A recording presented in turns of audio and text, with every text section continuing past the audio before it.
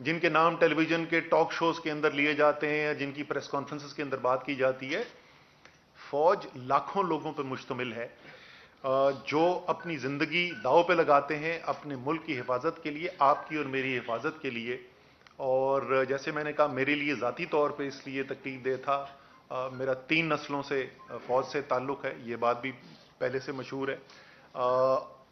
اور مجھے بڑا فخر ہے اس بات کا کہ کوئی 1965 کے بعد سے کہ جنگ سے لے کے اگر آپ وار اینڈ ٹیرر تک اٹھا کے دیکھ لیں، کوئی بھی ایسی صورتحال نہیں ہوئی جہاں میرے خاندان کا، میرے والد، میرے بھائی، میرے بھتیجے، وہ انہوں نے اپنی زندگی داؤ پہ نہ لگائی ہو ملک کے دفاع کے لیے. سو اس لیے جو بھی تعلق رکھتا ہے، جو بھی اہمیت کو سمجھتا ہے، اس سب کے لیے وہ تکلیف دہ مناظر تھے. تو ایک تو یہ 9 مئی کے بارے میں یہ ضرور اپنے کہنا چاہتا تھا، اور میرے خیال میں تقریباً تمام قوم کے ساتھ جو ہے یہی اظہار خیال کیا گیا ہے، تو یہ کوئی بڑی یونیک بات میں نے نہیں کی ہے. لیکن اس کے ساتھ ساتھ صرف 9 مئی نہیں ہے، ہماری قوم اس وقت کدھر کھڑی ہوئی ہے، کہاں پہ ہم ملک کو لے کر آ گئے ہیں. میں ملک کو دیکھ رہا تھا، تجزیہ کر رہا تھا، جیل میں بیٹھ کے ٹائم بہت ہوتا ہے سوچنے کا، تو میں نے کہا 5 بڑے سٹیک ہولڈرز ہیں اس وقت پاکستان کے اندر. پاکستان کی عدلیہ، اعلیٰ عدلیہ میں تقسیم ہوا ہوا ہے، سارا پاکستان دیکھ رہا ہے کہ عدلیہ تقسیم ہے. عدلیہ فیصلے کرتی ہے، عمل درآمد نہیں ہوتا. ایک عجیب و غریب صورتحال ہے کہ وہ عدلیہ جس کے بغیر آپ کی آئینی طرز حکومت ممکن نہیں ہے، جس کے بغیر جمہوریت ممکن نہیں ہے، اس عدلیہ کے آپس میں اختلافات پیدا ہوئے میں اور اس کے فیصلے جو ہیں وہ زمین پہ امپلیمنٹ نہیں ہو رہے. یہ کتنی خطرناک صورتحال ہے ملک کے لیے. دوسرا اہم سٹیک ہولڈر پاکستان کی فوج، ابھی میں تفصیل سے بات کر چکا ہوں مئی 9 کو کیا ہوا اور کیا وہاں پہ صورتحال پیدا ہوئی بھی ہے. تیسرا بڑا سٹیک ہولڈر پاکستان تحریک انصاف. میری ذاتی رائے کے اندر پاکستان کی سب سے بڑی سیاسی پارٹی، واحد قومی پارٹی. ہزاروں ورکر جو ہیں اس وقت جیل میں پڑے ہوئے ہیں، بیشتر قیادت جو ہے وہ جیل کے اندر ہے. سو سب سے بڑی تحریک جو سیاسی پارٹی ہے اس کے یہ حالات ہیں. پی ڈی ایم ہمارے سیاسی حریف ہیں اور بڑی شدید ہماری آپس میں مخالفت ہے، لیکن ایک سیاسی حقیقت ہے.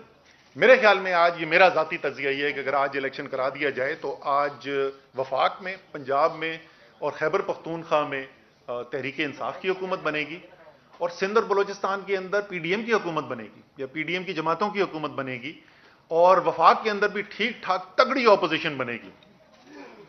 ہو سکتا ہے کہ ان کی رائے اس سے مختلف ہو، لیکن میری رائے میں تو وہ بھی یہ جو ایک اتنی بڑی سیاسی حقیقت ہے، ان کی سیاست جو ہے وہ پچھلے 13 مہینے میں اس کا بیڑا غرق ہو گیا اور وہ کمزور ہو گئے. جب پاکستان میں سیاسی پارٹیاں کمزور ہوتی ہیں تو اس سے پاکستان کی جمہوریت صرف نہیں، پاکستان کا ملک کمزور ہوتا ہے. تو یہ چوتھا سٹیک ہولڈر ہے. لیکن ان چاروں سٹیک ہولڈر سے زیادہ اہم سٹیک ہولڈر ایک 5واں سٹیک ہولڈر ہے، اور وہ ہے پاکستان کی عوام. وہ 25 کروڑ پاکستانی. اس 25 کروڑ پاکستانی کے ساتھ پچھلے 13 مہینے کے اندر کیا ہوا ہے؟ اس 13 مہینے کے اندر پاکستان کی تاریخ کی بدترین مہنگائی کا اس کو سامنا کرنا پڑا ہے. خوفناک حد تک بڑھتی ہوئی بے روزگاری دیکھنے کو مل رہی ہے.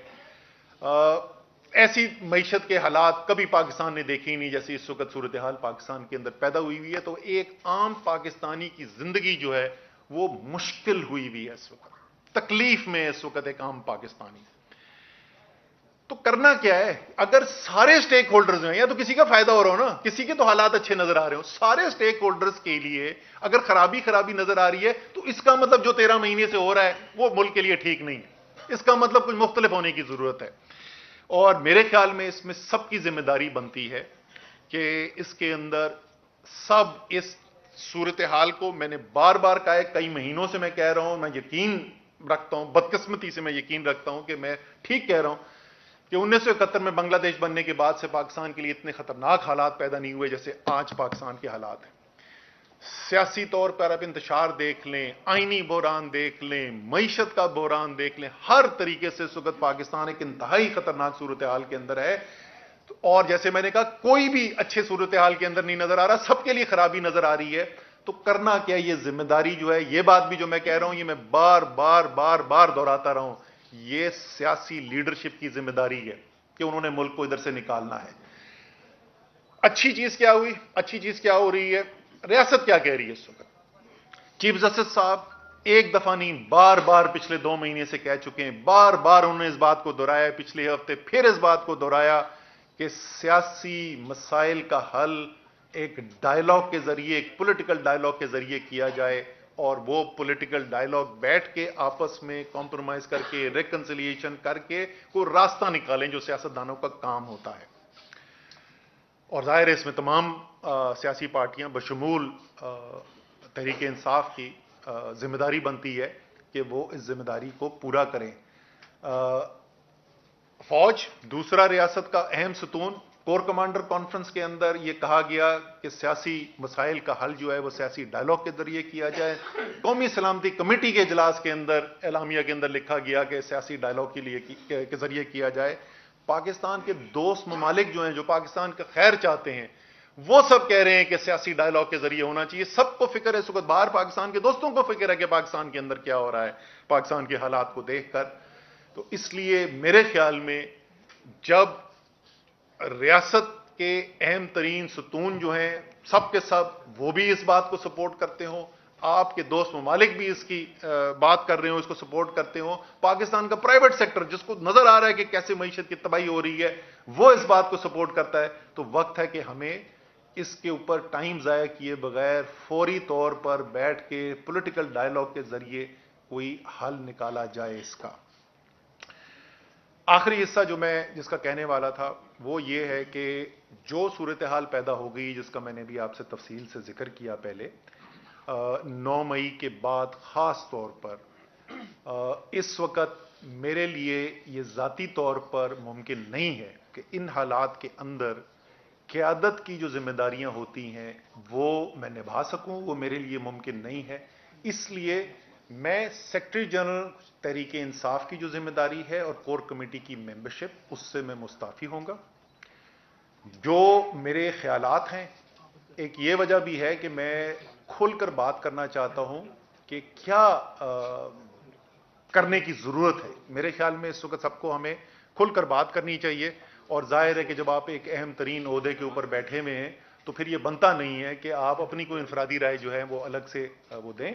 تو اس لیے ان عہدوں سے میں مستعفی ہو رہا ہوں۔ باقی 17 مہینے گزرے، میں سیکرٹری جنرل کی ذمہ داری میں نے نبھائی ہے، جس میں 13 مہینے سے زیادہ جو ہے وہ شاید تحریک انصاف کا مشکل ترین وقت تھا، اور میں دل سے شکریہ ادا کرنا چاہتا ہوں اور خراج تحسین پیش کرنا چاہتا ہوں تحریک انصاف کے ورکرز کو، لیڈرز کو، ٹکٹ ہولڈرز کو،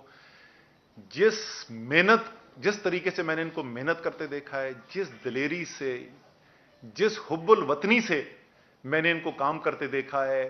میں بحیثیت جو میری ذمہ داری تھی سیکرٹری جنرل، میں ان سب کا، جیسے میں نے کہا، میں دل سے شکریہ بھی ادا کرنا چاہتا ہوں، اور میں خراج تحسین بھی پیش کرنا چاہتا ہوں۔ میرے خیال میں یہ ورکر جو ہیں، تحریک انصاف کے کارکنان جو ہیں، یہ محب وطن پاکستانی جو ہیں، یہ پاکستان کا ایک بہت بڑا اثاثہ ہے۔ اور ایک دفعہ پھر آخر میں یہ مطالبہ کروں گا کہ ان میں سے بہت سارے اس وقت بے گناہ لوگ جنہوں نے کوئی غلط کام نہیں کیا ہے، اس وقت اسیر ہیں، اور ان کو فی الفور ان کی رہائی ہونی چاہیے۔